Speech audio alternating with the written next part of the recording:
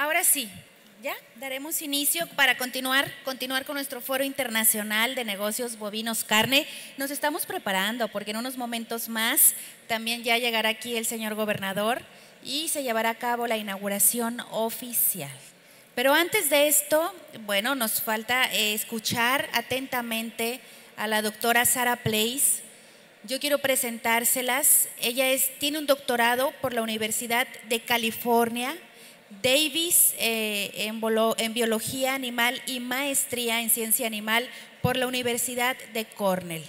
Además, es profesora asistente del área de sistemas sustentables de ganado de carne en la Universidad Estatal de Oklahoma.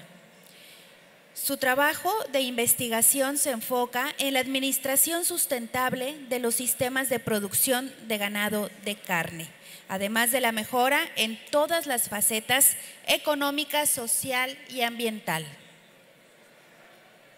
El tema que nos impartirá en este momento es el alcance de la creciente demanda global de carne de manera sustentable. Un fuerte aplauso para la doctora Sarah Place. Bienvenida.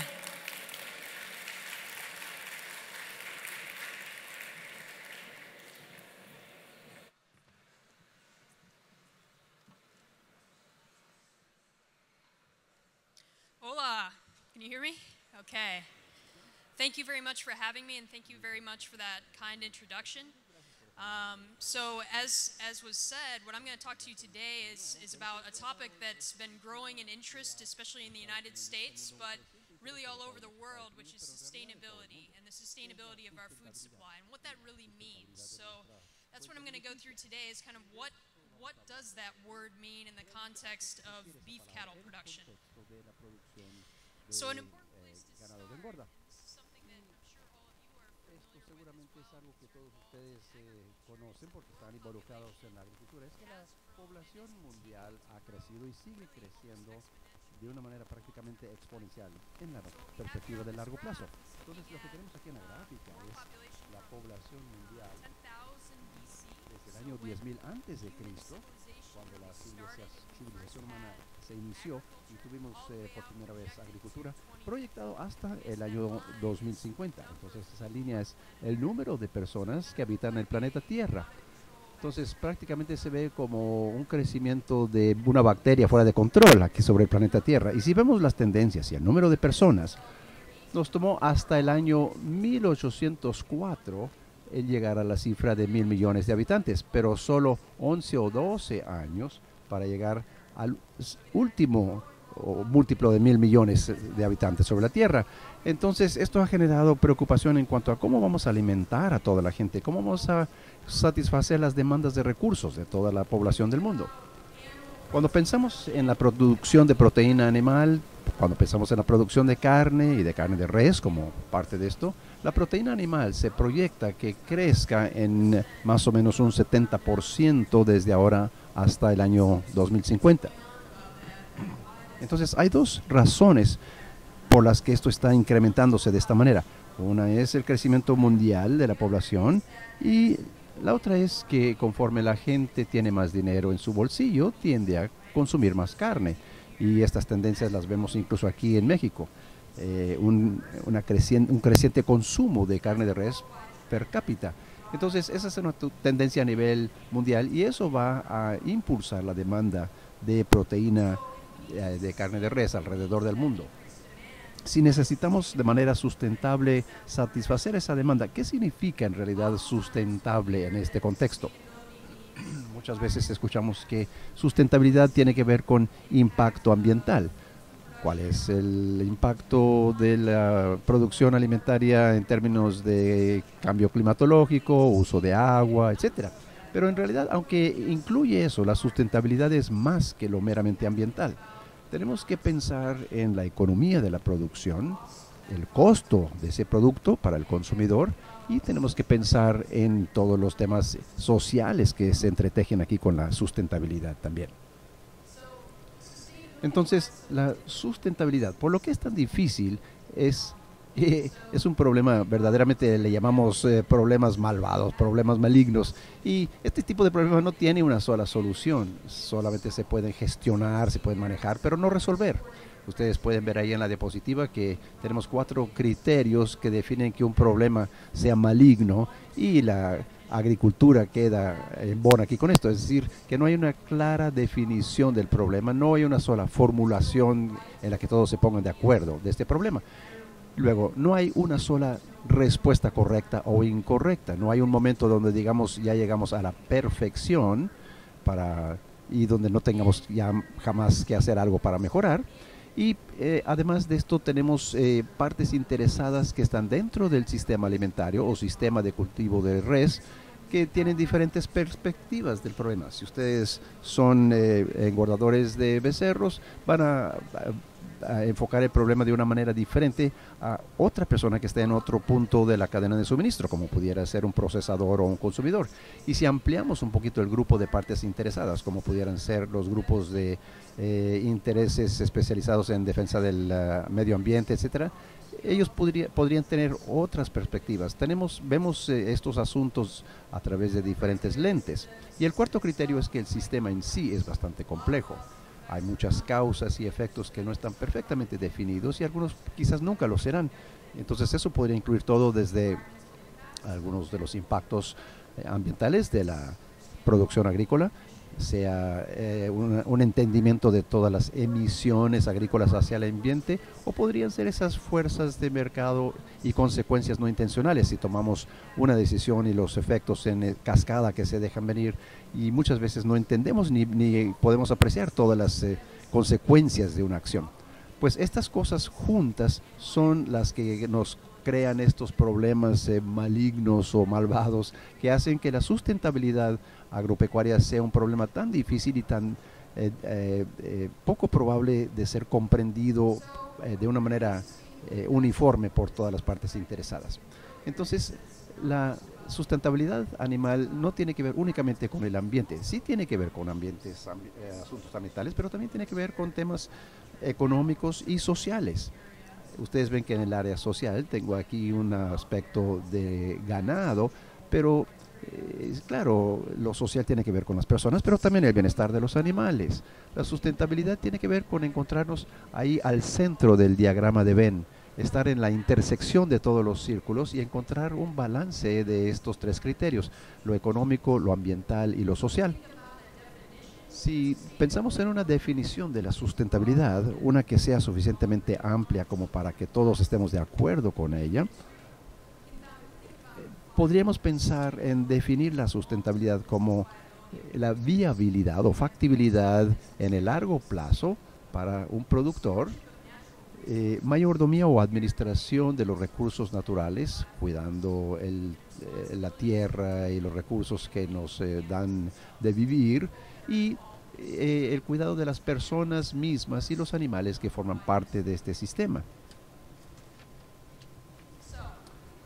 Entonces, esa sería una visión amplia de la sustentabilidad. Pero también les quiero hablar acerca de por qué este tema ha crecido tanto en popularidad en los últimos años. En gran parte es por temas ambientales. Y específicamente en los últimos 10 o 15 años, la aportación de la agricultura ganadera hacia el cambio climatológico. Aquí tenemos unas imágenes, una de ellas es del reporte que dice que la agricultura animal contribuye a un 51% de todas las emisiones de invernadero. Y luego una caricatura aquí política que muestra,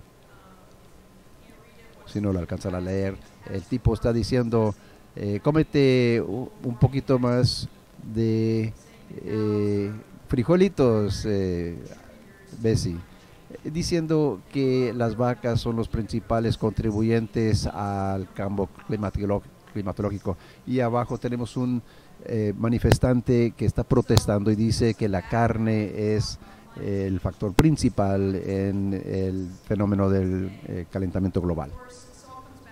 Todo esto se remonta al efecto de invernadero. El efecto de invernadero es algo que realmente es bastante importante para el planeta Tierra, para que mantengamos una temperatura que nos permita a todos vivir. Y como pueden ver ustedes aquí abajo, básicamente porque existe ese efecto de invernadero, la temperatura promedio global es de 14 grados centígrados. Si no lo tuviéramos, estaríamos por debajo de la temperatura de congelación del agua.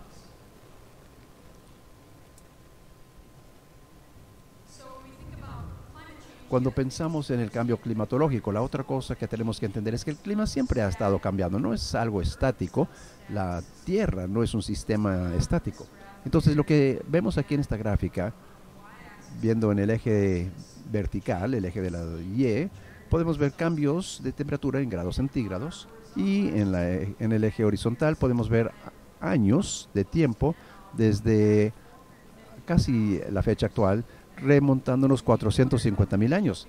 Y uno pudiera preguntarse, ¿y cómo podríamos determinar lo que son estas variaciones de temperatura? Pues estas gráficas representan lo que hacen los climatólogos o paleoclimatólogos, donde toman núcleos de hielo de la Antártida y revisan el perfil de ese hielo, que puede explicar el cambio de temperatura y también las diferencias de concentración de los gases que hubo en la atmósfera en diferentes momentos en el tiempo.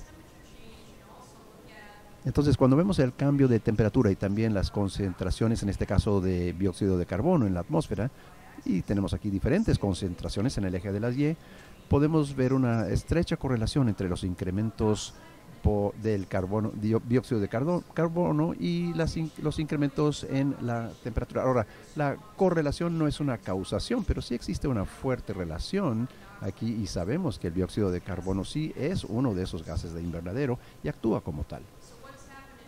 Entonces, lo que ha pasado en años recientes, tenemos aquí los mismos datos. Esto es concentración de dióxido de carbono. Ahora nos vamos al día actual, al día de hoy. Nunca hemos estado por encima de 300 partes por millón en toda nuestra historia geológica, remontándonos 450.000 años, pero en los últimos 200 años o 150 años hemos incrementado significativamente la concentración de dióxido de carbono, donde ahora está en 400 partes por millón. No es mucho todavía, pero como pueden ver por esta gráfica, no tiene precedente esto. Y gran parte de ese dióxido de carbono, la mayor parte, proviene de que nosotros estemos quemando combustibles fósiles. Estamos tomando carbono que está en la corteza terrestre, que no está en la atmósfera, y la metemos al ciclo del carbono en los últimos 150 años. ¿Y esto qué tiene que ver con la agricultura y crianza de animales? Pues probablemente quemamos combustibles fósiles cuando estamos produciendo alimentos de engorda, pero también hay otros contaminantes aparte del dióxido de carbono, y es porque tienen diferente potencial de atrapar calor dentro de la atmósfera. Tenemos una escala en la que podemos colocar todos estos diferentes gases en relación con el dióxido de carbono. Es lo que se llama el potencial de calentamiento global, y tiene una base de tiempo de 100 años. Y con esta escala, el dióxido de carbono tiene un potencial de calentamiento global de 1, porque esa va a ser la norma. El gas metano tiene un equivalente de calentamiento global potencial de 28. Es decir, cada molécula de metano equivale a una molécula de dióxido de carbono en cuanto a su capacidad de atrapar calor en la atmósfera. Luego tenemos el óxido nitroso, que tiene un potencial de 265, o sea, una sola molécula de óxido nitroso es igual a 265 moléculas de dióxido de carbono. Entonces eso es un gas mucho más potente en cuanto a atrapar calor. Y estos dos gases, metano y óxido nitroso, provienen de actividades agrícolas, específicamente de los microorganismos, sean microorganismos que viven en el tracto digestivo del animal o en el suelo. Y ya con esos antecedentes nos enfocamos otra vez en estas anuncios que a veces encontramos acerca de la aportación de los alimentos a la formación de gases de invernadero. Aquí este anuncio dice, ¿cuál contribuye más al calentamiento global? Y tenemos ahí una llave de un automóvil o un tenedor. Y dice, no es el que enciende el auto. Y en la letra pequeña lo que dice es que, según las Naciones Unidas, el 18% de los gases de invernadero provienen de la agricultura animal, que es menos que lo que aporta el transporte, de manera que sería mejor que no comieras carne y que estuvieras manejando un Homer que manejar un auto de economía y comerte una hamburguesa. ¿Y de dónde salen estas cifras? Esto del 18%, ¿de dónde salió? Y ustedes se lo van a encontrar con cierta frecuencia cuando ven los artículos noticiosos sobre el tema. Este porcentaje sale de un informe que se publicó hace 10 años, se llama La larga sombra de la agricultura, publicado por la FAO de las Naciones Unidas, y tiene mucha información, pero en el resumen ejecutivo hubo 2 oraciones que captaron mucho los medios y lo empezaron a repetir y publicar.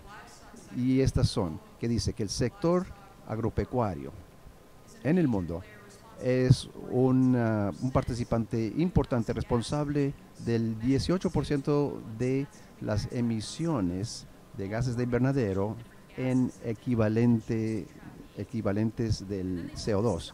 Y luego dicen, esta es una proporción mayor que la del transporte, o sea, todo el transporte a nivel global. ¿Y cómo sacaron ese número? Pues lo que hicieron fue usar algo que se llama una evaluación de ciclo de vida. Vamos a hablar un poquito acerca de qué significa eso. ¿Qué es una evaluación de ciclo de vida? Sé que esta es una junta de ganado y ganado de engorda, pero aquí tenemos un ejemplo de los Estados Unidos relacionado con el ganado lechero. Básicamente pudiéramos decir que una evaluación de ciclo de vida, que es un sistema contable para las emisiones de gases de invernadero. Y es un sistema contable que empieza, digamos, en la cuna de la producción de alimentos, en este caso, y que va hasta el consumidor.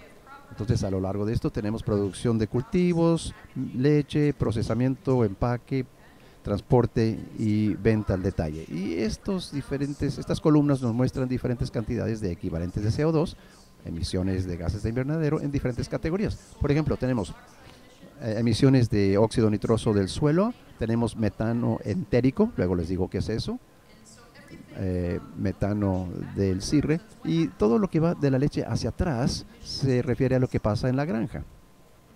Y todo lo que está a la derecha es lo que sucede después de la producción en la granja o en los establos. Entonces, algo que aprendemos de esto, y esto se aplica en la industria del ganado de engorda también, es que la mayor parte de las emisiones ocurren en los establos, en la granja, no provienen después, aunque ustedes ahora escucharán mucho que la gente quiere reducir los kilómetros de transporte para reducir su huella de carbono, pero sí es importante, pero no tanto como mucha gente piensa. Esa categoría más grande que vimos en la diapositiva anterior fue de metano entérico, y gran parte de mi investigación gira en torno a la medición del metano entérico. El metano entérico se genera dentro del tracto digestivo de animales rumiantes y es importante para la fermentación de la ruminación, y muchas veces esto se conoce como los gases de los animales, pero si ustedes se llevan algo de aprendizaje de esto, quiero que sepan que los gases salen por la parte frontal del animal, no por la parte trasera. Prácticamente es un eructar, y si el animal no eructa correctamente, entonces hay un ensanchamiento, una inflamación. Pero volviendo al artículo, ese reporte de la FAO, de las Naciones Unidas, esto es lo que ellos hicieron y los resultados de su evaluación, desde la cuna hasta el sepulcro del producto agrícola, desde la producción de alimento, y luego tenemos cambio de uso de suelo, producción en la granja, procesamiento y transporte. Entonces, como les dije antes, En la granja, eso se produce, ahí se producen mucha mayor cantidad de gases, de emisiones de gases, y esto es bastante más grande que lo que representaba ese reporte de la ONU. Pero lo que no había en la diapositiva anterior es cambio de uso de suelo. Incluye lo que sería desforestación y desertificación. Esto es el cambio del suelo de un uso a otro y la emisión de gases que provienen del cultivo de ese suelo y reducir la cantidad de plantas que había sobre ese suelo. Por ejemplo, la desertificación, ¿qué sería? Aquí tenemos un ejemplo de eso. De este lado tendríamos una situación normal del campo donde hay pasto. Acá del otro lado tenemos una situación donde se le ha cambiado el uso del suelo y la alimentación de parte de los animales ha acabado con gran parte de la vegetación, y esto se traduce en una emisión por medio del ganado. Otro ejemplo más extremo sería la desforestación. Esto viene de Sudamérica, y toda esa biomasa del bosque que antes había, ahora ya no está y ya no puede absorber el carbono como antes lo hacía. Esa falta de plantas, esa falta de absorción para el carbono vía fotosíntesis, todo eso ahora se está contando como una emisión de gas de invernadero. Y esto fue una parte importante del reporte de esa publicación de las Naciones Unidas, el cambio de uso de suelo. Viéndolo a nivel global está bien, pero si nos vamos al nivel de país, sea México, Estados Unidos o algún otro país, el cambio de uso de suelo no ocurre de la misma manera en todo el mundo. Este mapa proviene de ese informe de la FAO, de las Naciones Unidas, y nos muestra la transición de bosques y la degradación de los suelos alrededor del mundo. La parte oscura, verde, nos muestra una ganancia neta en bosques alrededor del mundo, y la parte roja es donde ha ocurrido la desforestación. Entonces, hay lugares de Amazonas, por ejemplo, el sureste de Asia. Hay lugares donde la desforestación está ocurriendo de una manera más prevalente. Si vemos lo que pasa en Estados Unidos, básicamente pasamos por nuestro desarrollo económico. Ya en los últimos 200 años ya habíamos talado todos nuestros bosques como quiera, y ahora estamos empezando a ganar bosques, de manera que no tiene mucho sentido comparar un país con otro en ese sentido. Y lo mismo se puede decir en cuanto a la ubicación del ganado en el mundo. Este es otro mapa de esa publicación de la ONU, y esto nos muestra la densidad de ganado alrededor del mundo. Estos rojos oscuros representan mayor concentración de animales, y los colores verde claro representan menos animales por kilómetro cuadrado. Entonces, así como con la desforestación, hay mucha variabilidad geográfica. Hay ciertos lugares en el mundo que tienen más animales con relación al mundo, a la población humana, pero hay lugares como por ejemplo India o China, donde hay mucha gente y muchos animales también. Ahí hay diferencias en esa relación. Entonces, ¿y por qué es importante esto? Pues todo esto es importante porque cambia el porcentaje de emisiones de gases de invernadero aportados por el cultivo de animales.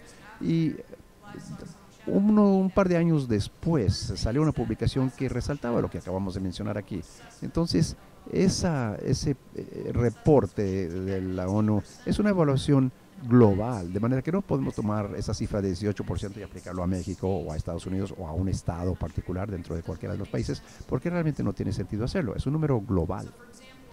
Entonces, en los Estados Unidos, por ejemplo, según nuestra agencia de protección del medio ambiente, hacemos un inventario de gases de invernadero cada año. El 3.5% de nuestras emisiones en los Estados Unidos provienen de los animales, y esto es porque tenemos una gran población, manejamos muchos automóviles y todo eso quema combustibles fósiles. Entonces la agricultura el cultivo de animales se ve muy reducido en cuanto a su aportación proporcional con respecto a los automóviles. Pero en Etiopía esa cifra podría ser mucho mayor. Todo depende de la economía, el número de animales con respecto a humanos, etcétera. Y lo último que salió de este informe, que es importante, es que el resumen ejecutivo decía, esta es una proporción más alta que lo que aporta el transporte, es decir, que los animales contribuyen más que los automóviles. Es una comparación como de manzanas con peras, porque no hicieron una evaluación de ciclo de vida para el transporte, solamente vieron las emisiones directas que provenían de todos los mofles, las colas de escape de los automóviles de todo el mundo, pero no vieron el costo de conseguir hule para las llantas o el ensamble de esos vehículos, la refinación de petróleo y todas esas emisiones que están relacionadas con el uso de automóviles, de manera que fue una comparación no adecuada.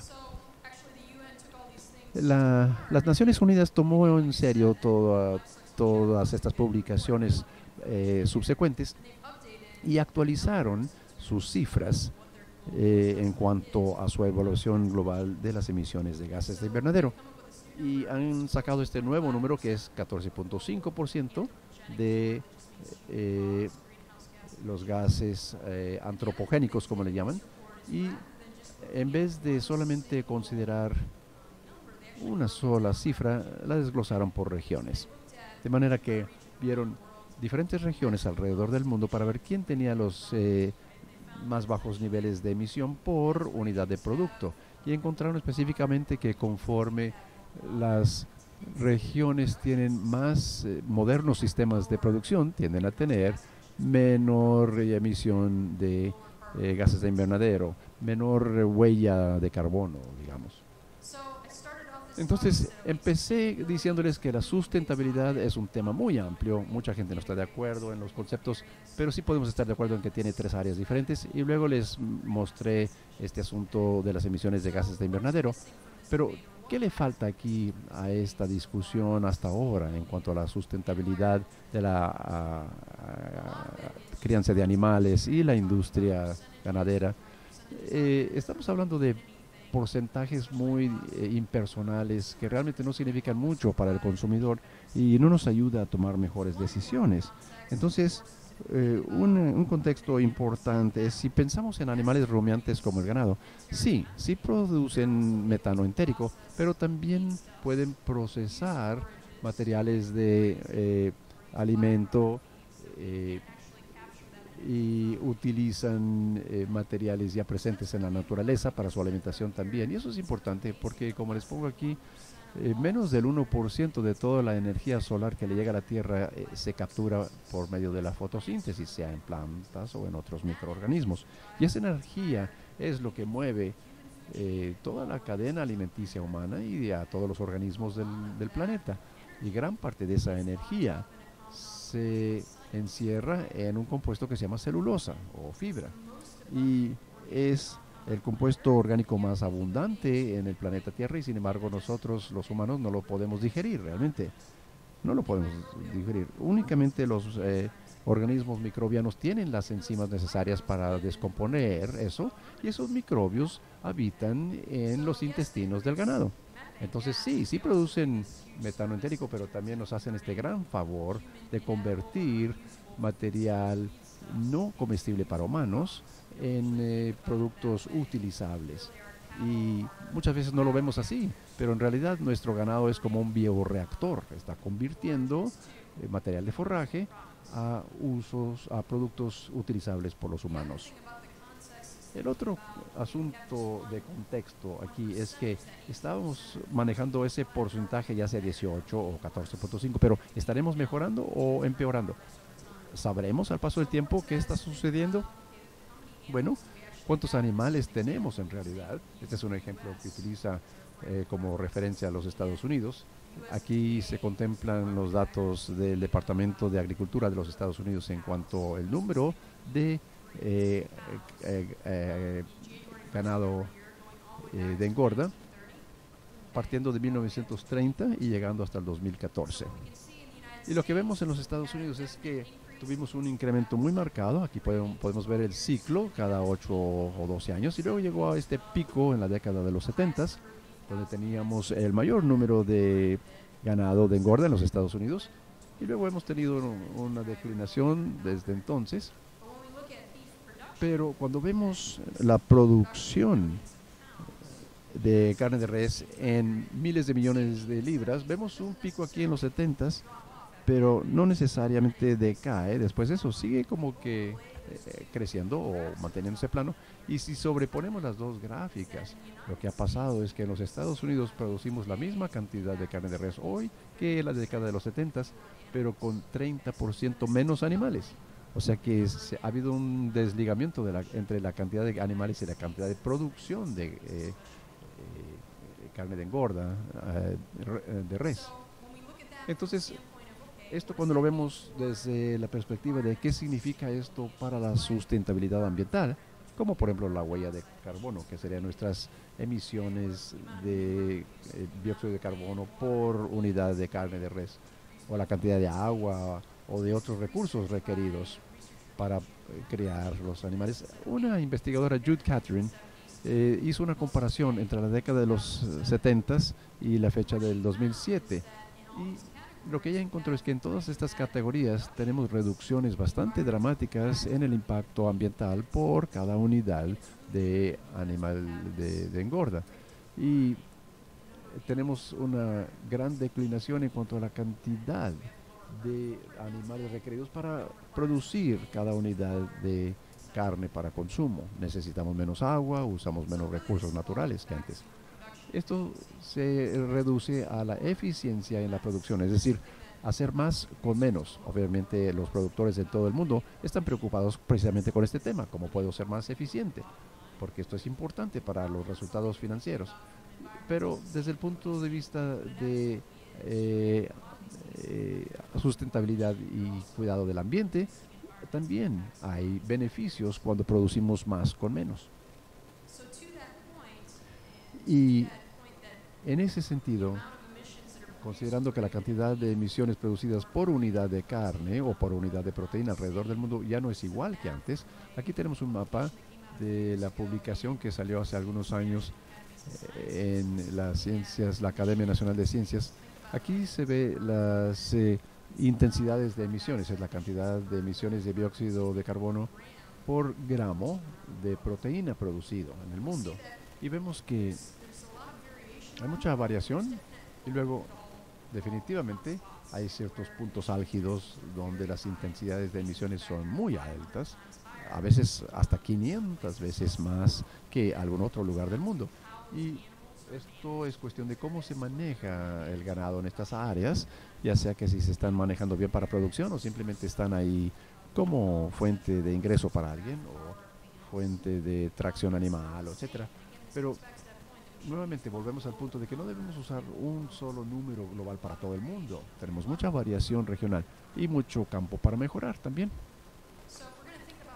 Entonces, si vamos a pensar en mejorar la eficiencia de la producción, ¿cómo lo podemos hacer?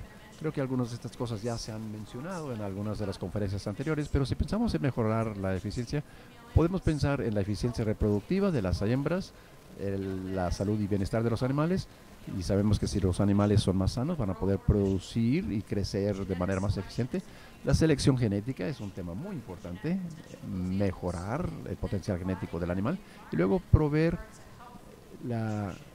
el entorno necesario en términos de nutrición para poder alcanzar el potencial máximo. Y otra cosa que nos puede ayudar mucho es aprovechar las tecnologías que promueven el crecimiento. Hay tecnologías que hacen que los animales sean más eficientes en transformar el alimento ingerido en incremento en masa corporal.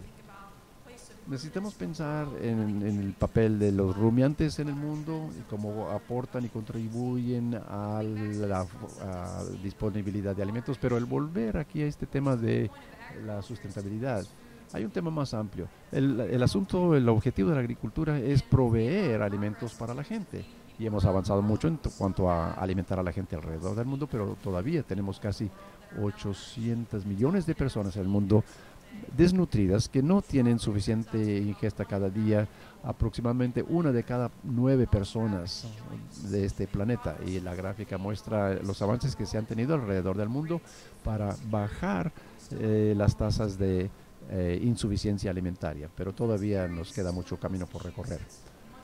Y la seguridad de alimentos tiene mucho más, abarca mucho más que simplemente la agricultura. Es importante en un contexto geopolítico más amplio. Me gusta mostrar este artículo noticioso del 2010, donde los testigos hablan de tumultos en la calle. Un vendedor ambulante estaba tratando de vender, estaba queriendo comprar verduras, pero el precio de las verduras estaba fuera de su alcance y como protesta, él mismo se tomó la vida empapándose de gasolina y prendiéndose, encendiendo un fuego ahí. Pero este es un ejemplo de la frustración por la falta de alimentos accesibles. Incluso en los Estados Unidos tenemos un problema de inseguridad alimentaria. Somos un país rico y muy bendecido en muchos sentidos, pero todavía tenemos problemas de gente que no tiene suficiente dinero para comprar regularmente sus alimentos. Aquí vemos datos del Departamento de Agricultura de los Estados Unidos y específicamente se enfoca en la cantidad de hogares donde hay niños que no tienen una provisión alimentaria adecuada. Lo describimos como el no saber de dónde vas a obtener tu siguiente alimento. Y tenemos como 16 o 17% de los hogares de los Estados Unidos que padecen este problema, hogares con niños. Es importante notar, sin embargo, que la seguridad alimentaria no solamente es cuestión de producir más. En la agricultura siempre escuchamos que tenemos que producir más para alimentar al mundo. Es cierto, sí lo tenemos que hacer, pero la seguridad alimentaria es un problema más bien relacionado con la disponibilidad y acceso a los alimentos. ¿Tienes dinero suficiente para comprar los alimentos? ¿Tienes infraestructura para hacer llegar los alimentos a donde se necesitan? Es más que simplemente la cantidad total de alimentos y el número de personas, porque si eso fuera, no tendríamos ningún problema de inseguridad. De hecho, tenemos alimento suficiente para alimentar a toda la población mundial. El reto es este problema que mencionamos aquí. Desperdiciamos una enorme cantidad de alimentos a nivel mundial. Aquí esta gráfica que dice pérdidas alimentarias de carne por 20%, se basa en datos de la Organización de Alimento y Agricultura de la ONU. Desperdiciamos el 20% de la carne en el mundo. Carne que pudiera estar alimentando a la gente no llega hasta donde están las personas necesitadas. Pueden ser pérdidas que se dan en la granja, en el establo o entre la granja y el consumidor a nivel de venta de detalle, etc. En los Estados Unidos desperdiciamos como 66.5 millones de toneladas de alimento cada año. Gran parte de ese alimento va a dar a rellenos sanitarios en los Estados Unidos y de hecho ahí genera un gas metano, que es un gas de efecto de invernadero. Entonces, necesitamos pensar en cómo reducir el desperdicio y luego qué hacer con ese alimento o esa carne no aprovechada en vez de ponerla en un relleno sanitario, usarlo como combustible alternativo o alguna otra cosa. Pero, ¿qué deberíamos estar teniendo en mente para el futuro ahora? Muchas veces hablamos del cambio climatológico desde el punto de vista del impacto de la agricultura sobre el cambio climatológico, pero la relación inversa quizás es más importante. ¿Cuál será el impacto del cambio climatológico sobre la actividad agropecuaria? No es solamente cambios en temperatura lo importante, sino cambios en ciclos y patrones del estado del tiempo. Esto va a hacer que el trabajo de ustedes sea más difícil. No es simplemente cuestión de producir más, sino saber cómo enfrentar este contratiempo, este hándicap de las variaciones climatológicas. Otro factor, otro gran reto es la edad de los agricultores en los Estados Unidos. Cada 5 años aproximadamente revisamos la demografía de nuestros agricultores y sus niveles de producción y aquí vemos el número de agricultores mayores que 65 años de edad. Tenemos muchos condados en los Estados Unidos donde los agricultores, tenemos por ejemplo 40 o 50% de los agricultores que han llegado a la edad de los 65 años. La pregunta es, ¿dónde van a entrar los jóvenes a la actividad agropecuaria? Hay barreras a la entrada desde la perspectiva financiera, por ejemplo, y este es un reto muy importante para la sustentabilidad porque tiene que ver con la gente y asegurarnos de que haya personas ahí para producir alimentos. Y luego, esta es la última, o una de las últimas, hablando de retos, está el asunto de la percepción pública de los sistemas intensivos. Como dije antes, conforme intensificamos la producción y usamos confinación, ambientes controlados, reducimos el impacto ambiental, eso lo sabemos, hay una fuerte relación ahí. El reto es, y sobre todo en lugares como los Estados Unidos y el occidente Europa, y seguramente ustedes también enfrentan estos retos, que cuando la gente ve esos sistemas, muchas veces tienen una reacción muy negativa. La gente está muy preocupada por el bienestar de los animales. Así es que necesitamos luchar con esto en términos de que, bueno, sabemos que podemos reducir los impactos ambientales y cosechar ventajas positivas, pero si la gente no está dispuesta a aceptar estos cambios en la agricultura, nos encontramos en un gran dilema en cuanto a cómo resolver esto para un futuro. Entonces, en ese tenor, cuando pensamos en los retos para la sustentabilidad, un reto muy grande es esta liga entre los productores de los alimentos y los consumidores de los alimentos, y conseguir que esos dos sectores colaboren más. Es algo que en los Estados Unidos estamos tratando de resolver. Es un gran reto porque tenemos muchas organizaciones no gubernamentales que están tratando de presionar a la agricultura para que cambie sus prácticas de producción, y esto podría afectar negativamente la productividad. Necesitamos encontrar formas de cómo manejar la desinformación, pero también entender cómo comunicarnos unos con otros cuando tenemos diferentes valores y diferentes perspectivas. Y con todo eso hemos abarcado mucho terreno, pero quiero solo recordarles lo que era la definición original de la sustentabilidad. Implica economía, necesitamos viabilidad económica en el largo plazo, la mayordomía de los recursos naturales y luego la habilidad de comunicarnos y cuidar correctamente a la gente y a los animales. La sustentabilidad no es cuestión de un solo destino o un solo punto donde digamos ahora ya somos sustentables. Es cuestión de mejora continua. Cualquier segmento de la cadena puede ser sustentable. Es cuestión de mejorar incrementalmente las cosas día con día. Y con esto agradezco su atención y me pongo a sus órdenes para cualquier pregunta si la hubiera.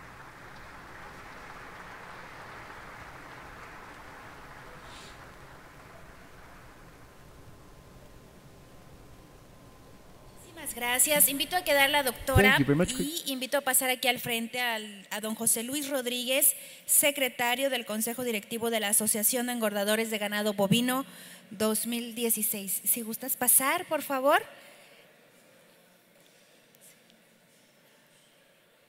A recibir el reconocimiento. Dámosle también un fuerte aplauso a don José Luis Rodríguez. Bienvenido, muchas gracias.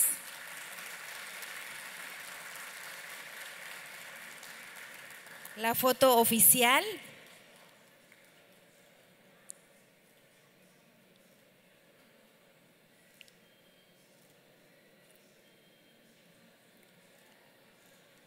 Listo. Muchísimas gracias, doctora Sara Place. Un gusto tenerla aquí con nosotros. Y bueno, llegó el momento ahorita de un pequeño break en lo que llega el gobernador constitucional del estado de Nuevo León. Estaremos muy atentos. En unos minutitos más les avisaremos si gustan hacer un recorrido mientras. ¿Ya llegó el gobernador? ¿Ya llegó? Si gustan tomar asiento, una disculpa, me acaban de informar en este momento que va llegando.